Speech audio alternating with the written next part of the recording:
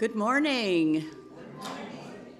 Welcome to Eastrose Fellowship, Unitarian Universalist. Welcome to all of you online, and welcome to all of you here in the chapel in person. Welcome to first-time visitors. We're very glad you're here.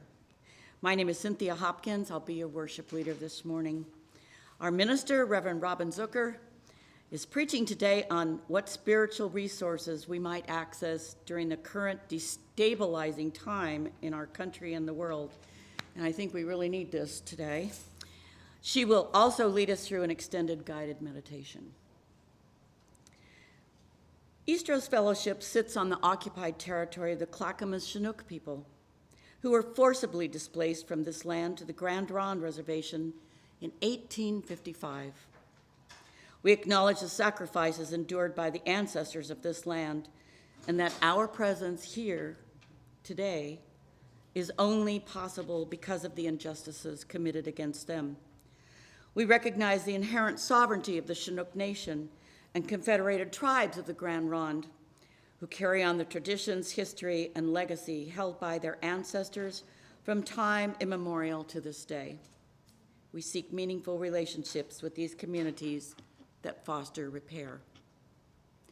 And now it's one of our favorite times here at Eastrose. We take a moment to greet each other, stand up, and wave to all of those online and greet them. And then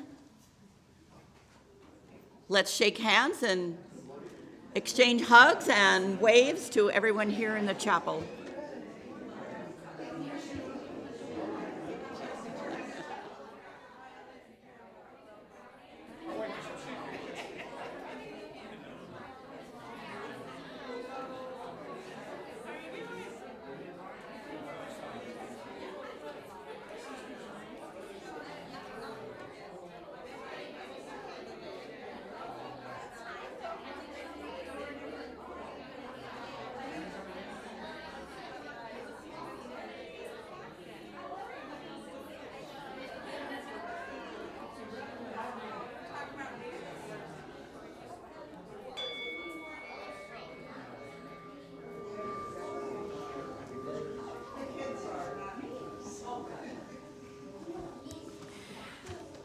Just a note to our friends online, our guests, if you'd like to share a joy or sorrow during that portion of the service, you can enter it in the YouTube chat, and we'll share those aloud with everyone.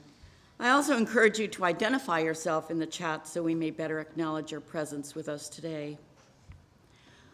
Our call to worship today, a responsive reading, is entitled "We Need One Another" by George E. Odell. The words will be on the screen. We need one another when we mourn and would be comforted. We need one another when we are in trouble and afraid. We need one another when we are in despair, in temptation, and need to be called to our best selves again. We need one another when we would accomplish some great purpose and cannot do it alone. We need one another in the hour of success, when we look to someone to share our triumphs. We need one another in the hour of defeat, when with encouragement we might endure and stand again. We need one another when we come to die and would have gentle hands prepare us for the journey. All our lives we are in need, and others are in need of us.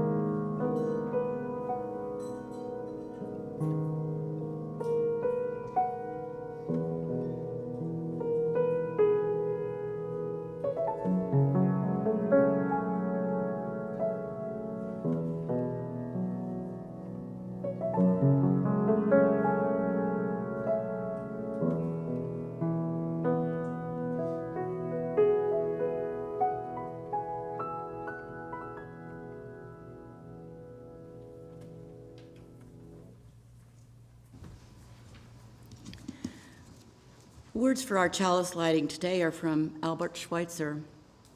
At times, our own light goes out and is rekindled by a spark from another person. Each of us has cause to think with deep gratitude of those who have lighted the flame within us. Thank you, Cynthia. Good morning, everyone. Good morning. Good to see you this morning. Our opening words today are by my colleague, Vanessa Rush Southern. She serves the large church in San Francisco, and it's called Even This Is Enough. So much undone, so much to do, so much to heal in us and in the world, so much to acquire: a meal, a healthy body, a fit one, a lover, a job, a better job. Proof we have and are enough, just around the corner of now. And up against it, the reality of all that falls short and the limits of today. We honor the limits. If your body won't do what it used to, for right now, let it be enough. If your mind won't stop racing or can't think of that word, let it be enough. If you are here utterly alone and in despair, be all that here with us. You are enough. If today you cannot sing because your throat hurts or you don't have the heart for music, be silent. When the offering plate goes around, if you don't have money to give or the heart to give it, let it pass. You're enough. The world won't stop spinning on her axis if you don't rise to all occasions today. Love won't cease to flow in your direction. Your heart won't stop beating. All hope won't be lost. The world needs its ocean of people striving to be good, to carry us to shores of hope and wash fear from the beachheads and cleanse our wounds so that we can heal. But oceans are big, and I am sure there are parts that don't feel up to the task of the whole some days. Rest if you must, like a swimmer lying on her back who floats, or a hawk carried on cushions of air. Rest in chairs made to hold weary lives, in space carved out for doing nothing much but being. Perhaps then you will feel in your bones, in your weary heart, the aching, healing sense that this is enough, even this, that we are enough, you are enough, enough. For these and all the meditations of the heart unspoken in this hour, I say, blessed be. Our opening hymn is 10:08 in the Teal hymnal, When Our Heart is in a Holy Place, and the words will be on the screen. Please rise as you are able.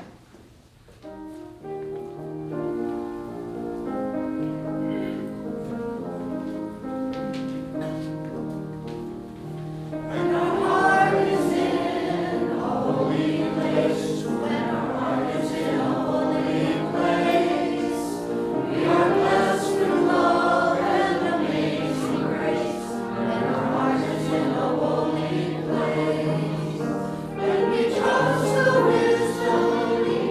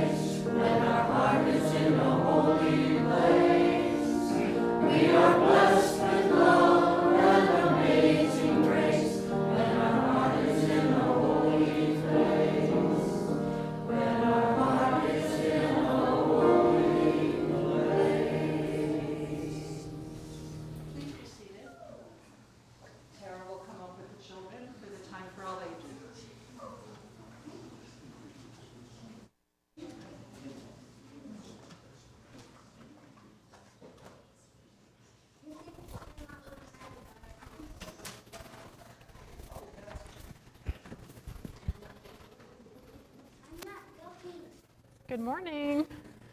It's nice to see all of you. Our world moves fast, doesn't it?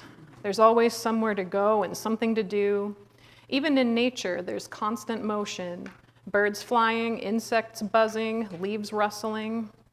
But what happens when we pause and really look around us? We might discover the quiet that lives alongside all of the busyness. Today's story is called Quiet, written and illustrated by Tommy DePaula. It's not a very wordy story. It's an invitation to slow down and notice the peaceful moments that are always near. So look closely at the illustrations on the screen. You'll see some small details that only become obvious when we pay close attention. This is Quiet. My, oh my, the grandfather said, everything is in such a hurry. The birds are flying so fast. And our dog is rushing after the ball, said the girl. I see a frog jumping high into the pond, said the boy. And a dragonfly zooming over the water. Even the trees are waving their leaves. Busy as busy can be. Let's not be so busy. Why don't we sit here, you next to me? The birds are just like us, taking a rest, singing their song. Our dog is tired. I think he's dreaming. The frog is sitting and blinking. The dragonfly has stopped beating its wings. Let us be quiet, like all our friends, quiet and still. I can think when I'm quiet. I can see when I'm still. To be quiet and still is a special thing. So sometime this week, take a little time to be quiet and still. Notice what you think and what you see. And now we'll leave Reverend Robin and the adults to continue the conversation and head back to RE. If the adults along the center aisle will form a bridge, we'll sing the children out.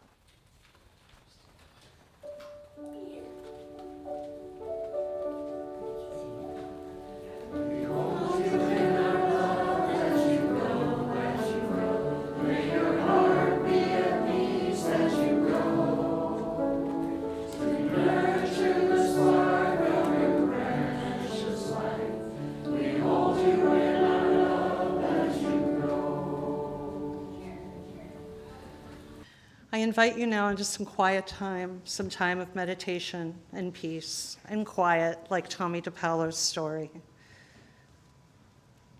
So I invite you to put your feet on the floor. God, that timing is perfect. So hard to get away from our phones, isn't it? So I invite you to put your feet on the floor and uncross your arms. See if you might want to just rest your hands in your lap. Drop your shoulders. Close your eyes. Nobody's looking at you. Just close your eyes. Soften your forehead. Soften your face and your jaw. Drop your shoulders. And take a big inhale and exhale to start.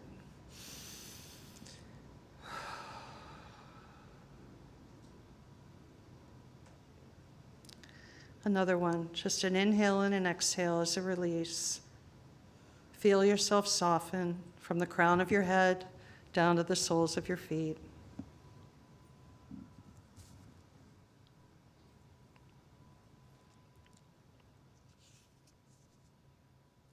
Notice where you're holding tension and imagine creating spaciousness there. Start at your head and neck. Breathe, allow, release. Move down to your chest and back. Breathe, allow, release. Move to your arms and your hands. Breathe, allow, release. Move down to your lower body, your legs and your feet. breathe, allow, release. Begin your rhythmic breathing. 4 beats in through your nose slowly, 5 or 6 beats out through your mouth slowly, in a comfortable rhythm. If you want, you can hold your breath in the middle for a few beats. Breathe and allow. Begin by saying this first phrase silently to yourself. I choose ease. Thank you for my life. Breathe, allow, release. Drop this into your consciousness like a pebble in a pond. Move on to your next phrase. I choose peace. Thank you for my life.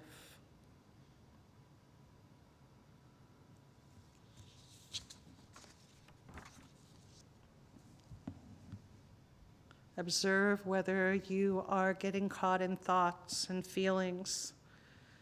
Breathe, allow, release. Stop and feel. Move on to the next phrase. I choose joy. Thank you for my life. Breathe and allow. Now repeat the series. I choose ease.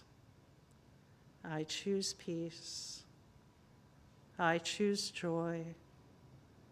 Thank you for my life. Breathe, allow, release.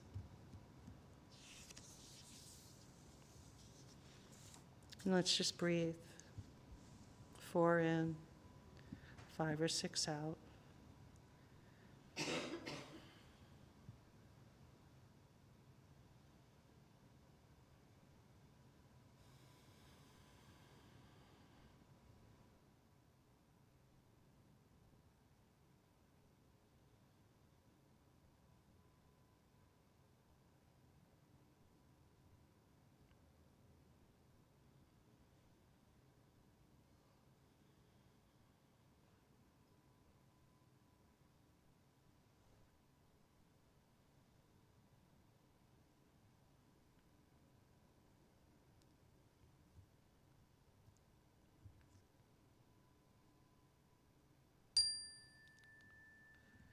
Slowly come back to this space. Finish your last round of breathing, and then a large exhale.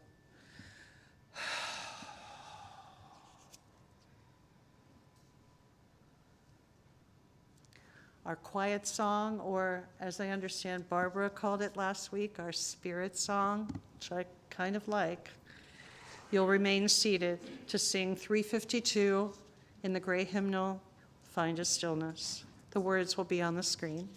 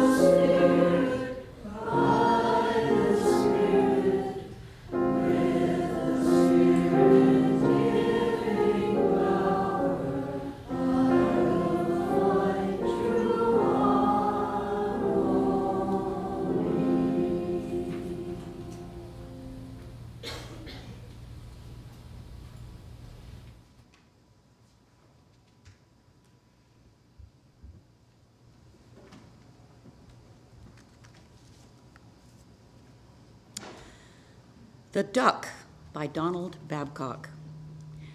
Now we're ready to look at something pretty special. It's a duck riding the ocean 100 feet beyond the surf. No, it isn't a gull. A gull always has a raucous touch about him. This is some sort of duck. He cuddles in the swells.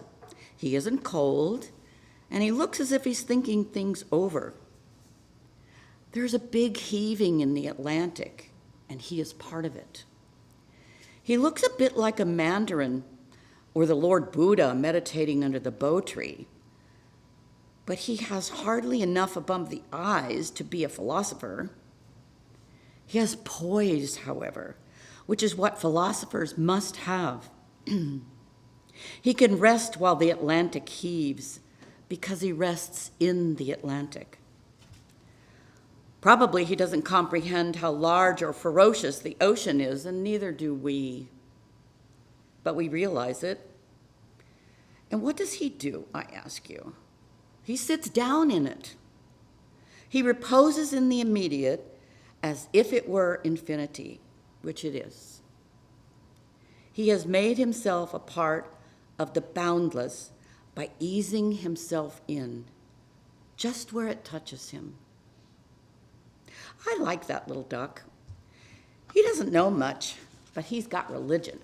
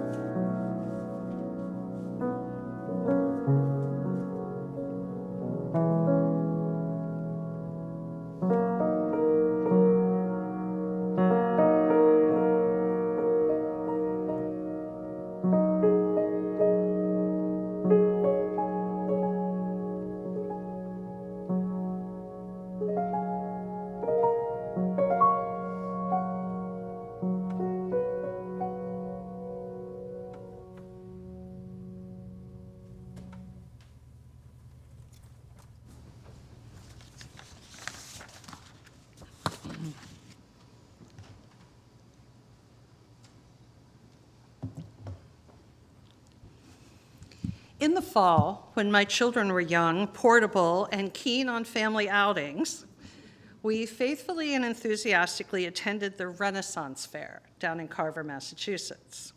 You know, mud wrestling, jousting, lute players, wenches in tight bodices, and roasted turkey legs on steroids. The ride to Plymouth County from our home in Concord, Massachusetts was long and mostly quite boring, save for the last few miles as we cruised along lovely secondary routes, passing by New England frame houses, farm stands, and inevitably several newly flooded cranberry bogs. The bogs always caught my eye and filled me with a small thrill. These exquisite, oddly shaped pools of crimson spilled out on the drab landscape like Beaujolais wine on a soft brown carpet. The sight of these glistening bog rubies, as they're sometimes known, aroused and flooded my senses with something quite potent and wondrous. After our visit one year, I mentioned my little cranberry bog epiphany to a colleague who had just recently moved to Plymouth. "Oh," she enthused, "I've just been on the tour at Ocean Spray Cranberry World. Amazing little fruit, isn't it?" I looked at her blankly. "You know, you mean for Thanksgiving dinner as a condiment?" I really wasn't sure what she meant. I inquired, wide-eyed and eager. "No," she laughed. "I'm talking about how they stay afloat and all." My blank look persisted until I sputtered, "Well, actually, I don't know. I've never been to Cranberry World." wishing I could magically channel a pilgrim. Before the conversation got hopelessly bogged down, she let me in on the secret. When ripe cranberries are cut from their underwater vines during wet picking, only the healthy ones float to the surface for harvesting. How do they stay afloat? Well, these berries are buoyant because of 4 small air pockets that surround the inner seed. 4 symmetrical cavities of emptiness are built in by nature to allow for buoyancy and robustness. Spiritual little fruit, isn't it? Now, I imagine you've never been asked before today to liken yourself to a cranberry. Am I right? Probably didn't dawn on you. Yet, I wonder aloud whether we, are divinely engineered with pockets of spiritual air surrounding our innermost cores, and whether these spiritually ventilated air pockets are intended to keep us buoyant, but they get bogged down by a stifling and self-imposed fullness and busyness. It seems to me that often and inevitably, especially in modern times, these hallowed, hollowed spaces within us become congested with tasks and chores and thoughts and ambitions and commitments, or social media, doom scrolling, whatever, incessant buying. Or perhaps during this very difficult time of national anxiety and uncertainty, we're bogged down with dread and find ourselves in a functional freeze or in survival mode. And I have a handout. There's about 20 of these in the lobby, and if you run out, it's called How to Get Out of Survival Mode. And it's some very, very good tips that you might find helpful. So you can take one of those if you'd like.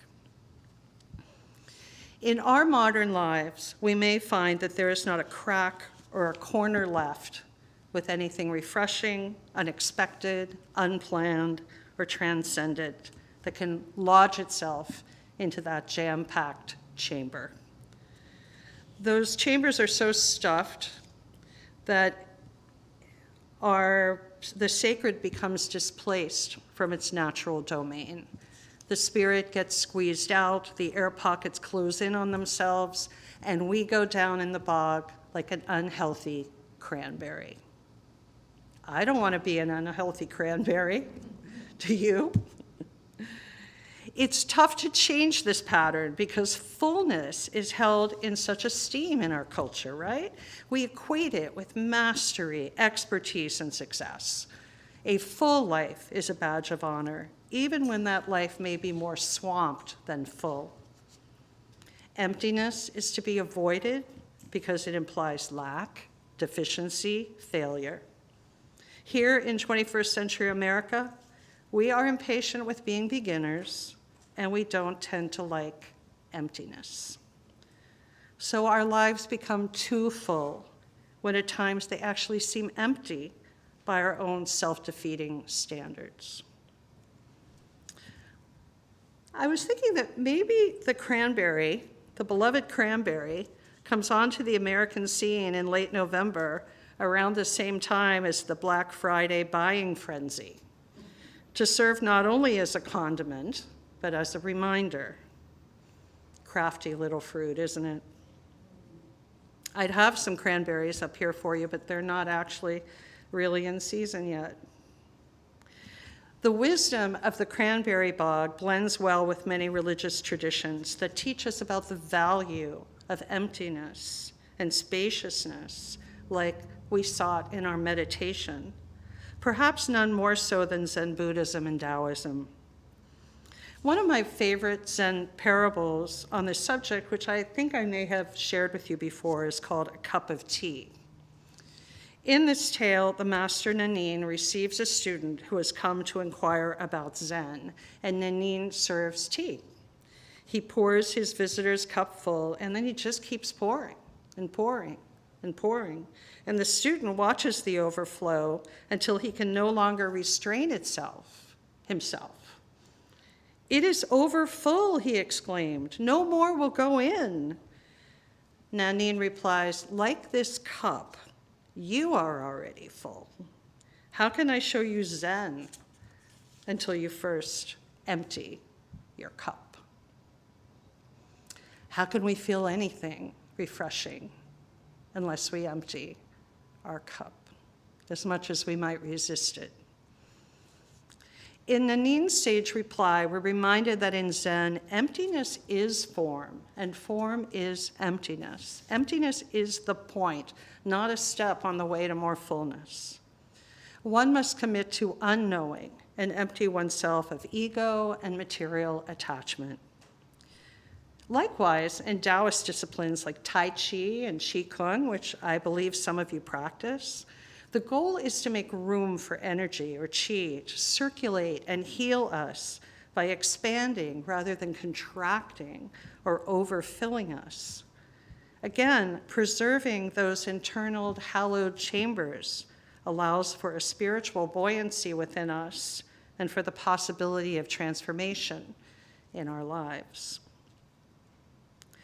Each week when we join together for intentional breathing, I use the word spaciousness a lot. I encourage you to create spaciousness from the crown of your head to the soles of your feet, rooted on the ground. Where do you feel your own overwhelm? And where can you soften into more spaciousness? Where do you feel that spaciousness? And where is it lacking? Do you resist it? Or can you open to inviting it? Where do you feel it in your chakras? Your throat, the chakra of expression, your heart, your gut, your grounding feet? Can you invite spaciousness to open you deeper to truer feelings or the voice of deep down things? Thomas Merton, the renowned Trappist monk, draws on this ancient Eastern wisdom in his own book on becoming empty and spacious. True contemplation, he writes, is not absolute quietism. It is listening in silence and expectancy, a general emptiness that waits to realize the fullness of the message of the Spirit within its own apparent void. I think we see Thomas Merton's concept exemplified in the Mandarin mallard from our reading earlier. As Donald Babcock tells us, this is some sort of duck. Probably he doesn't contemplate how large and ferocious the ocean is, and neither do we, but he realizes it. And what does he do? He sits down in it. He reposes in the immediate as if it were the intimate, which it is. He's made himself part of the boundless by easing himself in just where it touches him. He doesn't dive in, he rests. I like that duck, says Babcock. He doesn't know much, but he's got religion. One could say that this duck, like the cranberry, is not just buoyant, but also spiritually spacious, and we can be too. My friend, the Concord-based teacher, writer, and space clearer Stephanie Bennett Vogt, gave us our meditation today. It's from her book called Your Spacious Self. She writes, spaciousness is something you're born with. It comes built into this physical package we call a body, but way bigger. It is who we are. It's a state of being that reveals itself little by little the more we practice clearing and letting go. Most of us hardly know who we are because we're so gummed up by a lifetime of attachments, beliefs, and outcomes, including negative attachments and self-defeating beliefs. Each attachment is like an invisible string that sticks to us like Velcro. The more stress and worry, the larger the tangle we carry around with us everywhere we go. As the author Anais Nin put it, we don't see things as they are. We see things as we are. Let me repeat that. We don't see things as they are. We see things as we are. And this isn't universally true all the time, but sometimes it is in some of the most important things in our life. The good news, Stephanie tells us, is that spaciousness is something you can open up to and experience by gently clearing yourself, your home, and your life. One thing, drawer, pile, step, thought, issue, prejudice, grievance, moment at a time, until you have just enough. Just enough. That's the meaning of Oryoki, and these are Oryoki bowls. The kind ritualistically used by Japanese monks to hold just enough, sustenance, just enough, allowing for spaciousness and a gratitude for having what one actually needs, not what one craves or grasps at, or stockpiles. Just enough. Just enough affection, acclaim, activity, just enough stuff. What is your just enough that will allow for spaciousness and for your cranberry to stay afloat in the bog? Brother Merton and Sister Vogt and the Zen Master Nanine, they are our mandarin mallards in our swells, asking us to acknowledge and embrace the same life-giving, spiritually nurturing principle embodied by our amazing little botanical soulmate, the cranberry. Thanksgiving will never be the same, right? And that message is so simple, really, even if its execution in our overfull lives is not. I talk a lot about practice. Just practice. Don't rush to fill the seemingly empty inner chambers with all the stuff of life, with all the trappings of an overcultivated spirituality. Breathe and allow, stop and feel. When we're swamped, we often reach for life preservers that we think will help us, but they only serve as distractions. We might strive to remember in those overfull moments that the most amazing life preserver is right inside of us. Our hallowed, hollowed spaces are already full of pure being, pure love, pure spirit, an ever-renewable supply of oxygen that can raise us up, open our hearts, and expand our awareness. The air circulating within the cranberry simply knows intuitively how to keep its cargo afloat. And I believe so does the sacred, animating spirit within us, if we would just leave those amazing air pockets to their own devices. We don't need to hoard spiritual oxygen or improve on nature's design. There's no need to make those air pockets useful.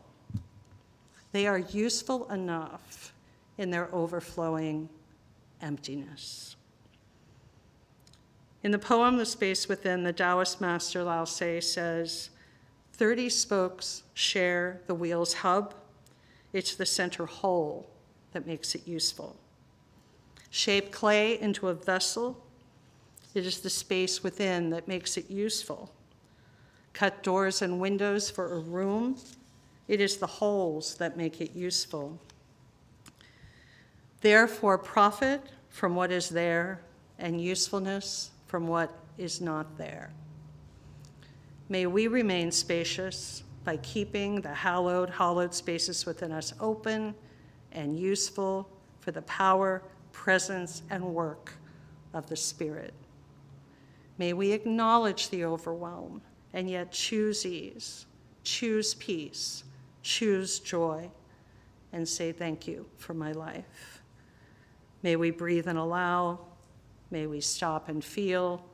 May we release and receive as we face the constant challenge of staying afloat in the bog. blessed be, blessed we, and amen. Our final hymn is Return Again. It's number 1011 in the Teal hymnal. We'll sing it once through together, and then we will sing it as a two-part round 3 times.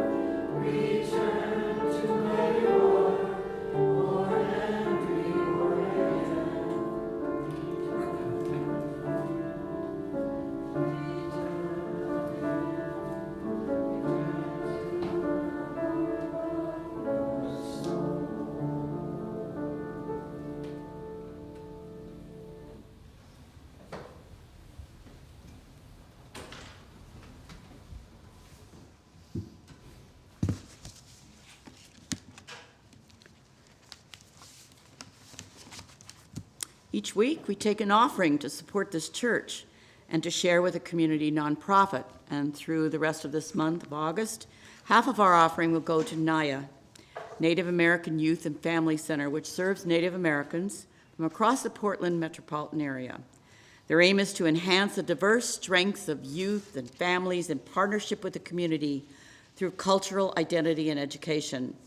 They promote healthy living through positive alternatives to high-risk behaviors and promote the values of sobriety, family stability, culture, active lifestyles, and education. Our congregation is involved in several projects with NAYA, and we encourage you to check pedals or contact Karen Pyle. Where's Karen? There she is back there. For ways to join the partnership. If you're attending online, you can donate by visiting our website and clicking the donate button, or you can scan the QR code on the screen. We make it easy for you as possible. If you're here for the first time, let the basket pass you by and truly be our guest. The gifts of the congregation will now be most gratefully received, and I have a couple of people going to help me with that.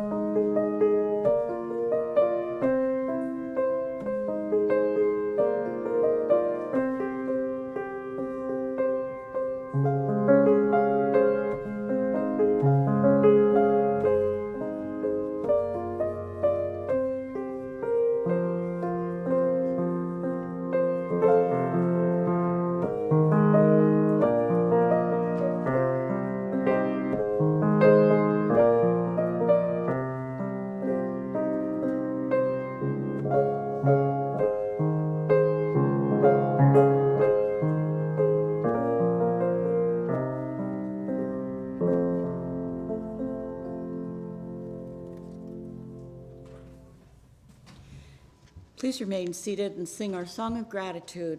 The words will be on the screen. We give thanks.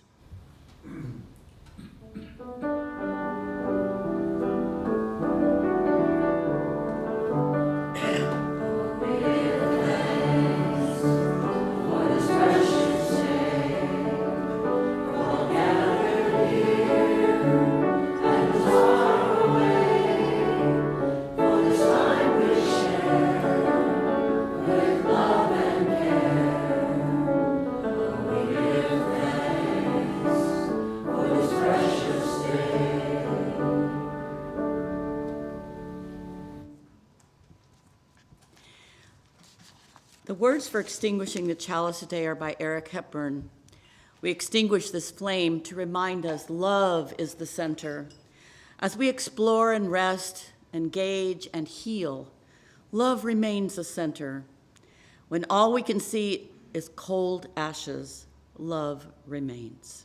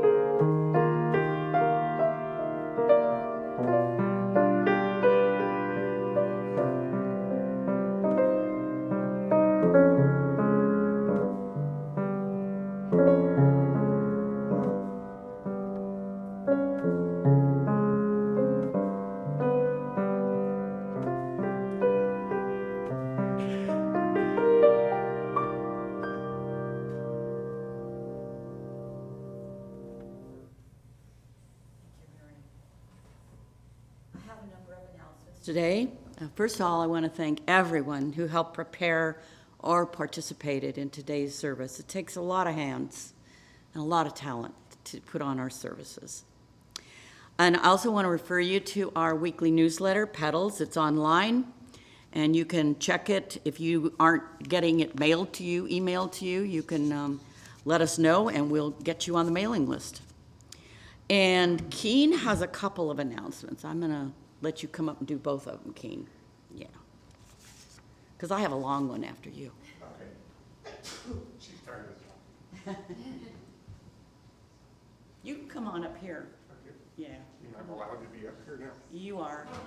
I'll allow it. So the first one is about snowcap. In September, we have been moved from the second Friday to the first Friday, which is going to be the 5th from 3 to 5 at the snowcap office. We do a work party there, and any and all people would like to help fill bags or whatever else they want us to do. Sometimes we're bagging dog food, sometimes we're doing fruit. We're getting into fruit season, so I expect that. What I want to say about that, first off, is that their stores are down. They have much less coming from the federal government and from other sources. So anything that can be given should be given and will be good. My expectation is we will probably do a food drive in September. So there's two ways to give. One is to give materials, and the other is to give cash. And they will do a whole lot more with cash than we can do to get them materials. So if you have it, bring it. They take food, they take clothing, they take just about anything, and we will set it up here for September. But that September 5th is our next work party. The other thing I wanted to say is I really enjoy bringing flowers, and many of you know that I do that. I have an abundance, but I don't own the altar. I encourage and invite anybody that wishes to bring flowers to bring them. And if you want that space, you got it. It doesn't hurt my feelings. I'm not possessive. The other thing is if you want to sign up for flowers, there's a sign up out there, and that puts us on notice that you're going to be bringing something, and we will stay out of your way. So please feel free. There's never too many. That's right. That's never too many. Thank you. You can't have enough flowers in your life, or too many flowers in your life. Okay. So I have a special announcement. Planning began earlier this week for our 2025 Eastrose auction. And here are some of the plans we're working on. It was a really good meeting. There were 4 of us, and we were very energized. We have set the date as Saturday, November 1st. So mark that on your calendar, first day of November. It'll be ahead of the holidays. The times are yet to be determined, but early afternoon to early evening. The place, we kind of have limited space here for doing what we want to do this year. So we are looking at a couple of sites. We have already made contact with them in the nearby area where we can reclaim some of the excitement and energy that we used to have pre-COVID. Remember, with our auctions, it was the big social event of the whole year. That's what we're looking to do. So no online auction this year. We will auction off both services and items in person on the same day. You can look at what you're bidding on of the items, take it home with you that night. We are looking to make this a real party and even looking to find a band to play for us. We will have a potluck or a catered meal and a bake sale. No one is going to go home hungry, and we're going to make some money. There are so many items, and very nice ones indeed, donated by the Schmidts before they moved to South America. My granddaughter and I have been unpacking the 3 boxes at our house and cataloging them. Oh my gosh, I'd forgotten how beautiful some of these things are. These will all be up for bidding. And some of them are extremely functional, and they look almost brand new, if indeed some of them are unused at all. So we have a lot of items already. What we're encouraging people to do, and put on your thinking caps for this, is to offer up a service to bid on. It's a service auction. And here's some examples. You could host a meal or a tea or wine tasting. People could bid on coming to your home for that. You could host charades or bunco, I do that every year, or other group games.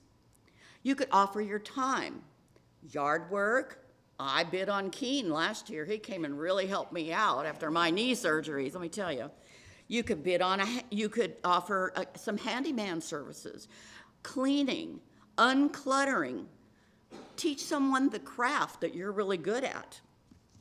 And another extremely valuable thing that raises a lot of money for us is if you could contact vendors near you, shops, restaurants, nail salons, etc., to donate a gift certificate to the church that we can then have people bid on, or we can place in baskets for raffles. And I looked at past auction booklets for some examples, so I brought them for you just to give you an idea.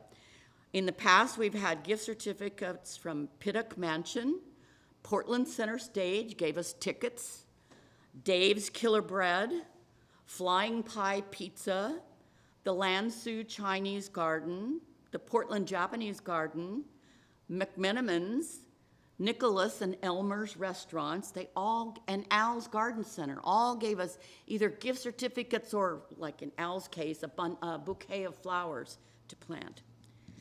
This has been a lot of fun planning so far, and we're going to get back to it. If you want to help us plan, please let Katie Norris or me know.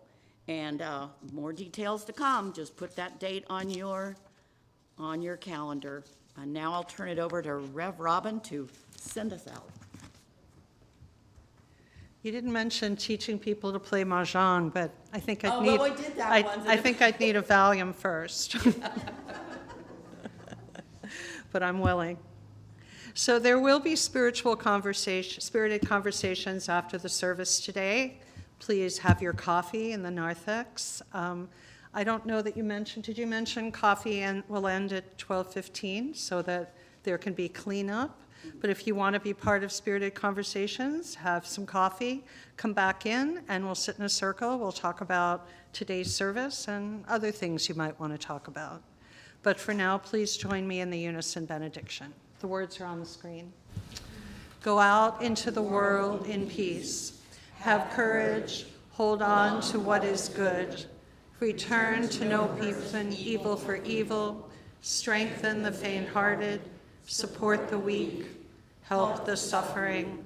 Honor all beings. May you go out, enjoy, and return in love.